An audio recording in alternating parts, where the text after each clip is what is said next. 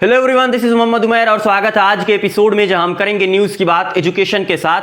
आज की इस एपिसोड में हम बेसिकली दो न्यूज़ की बात करेंगे। पहली न्यूज़ जो आपकी संपत्ति से जुड़ी है और दूसरी न्यूज़ जो आपकी शिक्षा से जुड़ी है।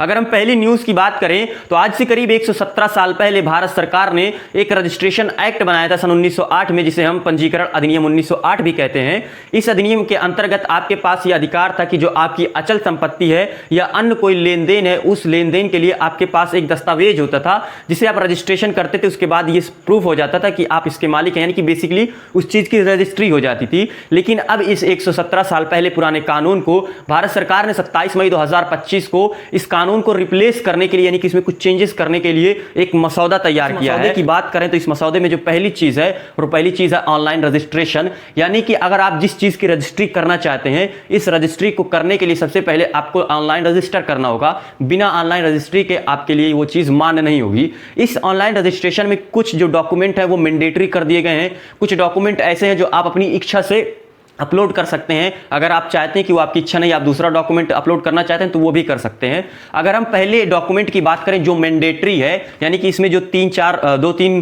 क्या कहते हैं मैंडेटरी डॉक्यूमेंट का है, सर्टिफिकेट का, उसमें अगर पहले सर्टिफिकेट की बात करें तो एग्रीमेंट टू सेल, यानी कि अगर आप कोई भी चीज बेच रहे हो, यानी कि मैं ये चीज बेच रहा हूं तो उसमें मुझे एग्रीमेंट करना पड़ता था। तो जो वो एग्रीमेंट सेल होगा, वो जो सर्टिफिकेट होगा, उस सर्टिफिकेट को आपको ऑनलाइन रजिस्टर करना पड़ेगा, बिना उसके नहीं चलेगा। ये चीज मैंडेटरी है। दूसरी चीज है कि पावर ऑफ अटॉर्नी, और तीसरी चीज है सेल सर्टिफिकेट, यानी कोई चीज आप सेल कर रहे हैं तो उसका जो सर्टिफिकेट है वो भी आपको ऑनलाइन रजिस्टर करना पड़ेगा, यानी कि अपलोड करना पड़ेगा। इसमें एक चीज और ये है कि आधार आधारित प्रमाणीकरण, यानी कि आधार के जरिए आपको प्रमाण देना होगा, यानी कि प्रमाणित करना होगा। लेकिन जो आधार लिंक वाला ही मामला है, ये आधार लिंक वाला मामला ये मैंडेटरी नहीं है, ये आप अपनी इच्छा अनुसार कर सकते हैं, यानी कि आपकी स्वेच्छा पर निर्भर करता है। अगर आप ये चाहें कि भाई मैं अपना आधार कार्ड के जरिए इसको प्रमाणित नहीं करूंगा, हो सकता है आपके आधार कार्ड में क्या कहते हैं डेट को लेकर के गड़बड़ी है, आपके नाम में गड़बड़ी है, सरनेम में गड़बड़ी है, तो आप चाहते हैं कि मैं आधार कार्ड नहीं दूंगा, मैं किसी दूसरे डॉक्यूमेंट से इसको प्रमाणित करता हूं, जैसे कि आप पैन कार्ड ले लीजिए, राशन कार्ड ले लीजिए, पासपोर्ट ले लीजिए। हालांकि भी सरकार ने उसमें कुछ बताया नहीं है, लेकिन मैं बता रहा हूं आपको एग्जाम्पल के जरिए,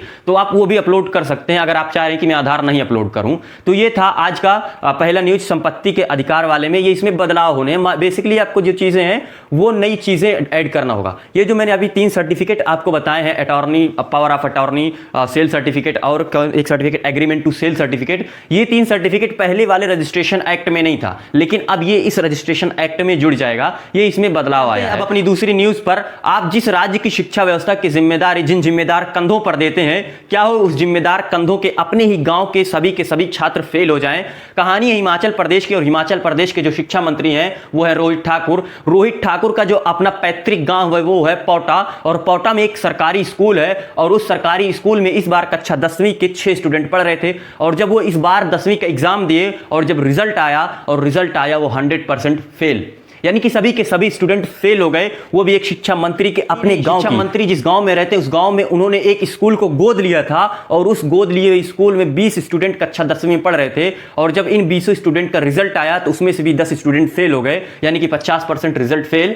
वो स्कूल, जिस स्कूल को शिक्षा मंत्री ने गोद ले रखा है, उस स्कूल के 50% स्टूडेंट फेल हो जाते हैं। एबीपी लाइव न्यूज के अकॉर्डिंग जिस स्कूल में 100% बच्चों का रिजल्ट फेल आया है, उस स्कूल में 2 साल से मैथ के टीचर नहीं है। सोचिए कि शिक्षा मंत्री के गांव के स्कूल में 2 साल से टीचर नहीं है, तो आप दूसरे गांव की शिक्षा का लेवल का आप अंदाजा लगा सकते हैं। आज की वीडियो में बस इतना ही। आई एम श्योर कि आप लोगों को यह वीडियो पसंद आया होगा। मिलते हैं नेक्स्ट वीडियो में, तब तक के लिए जय हिंद।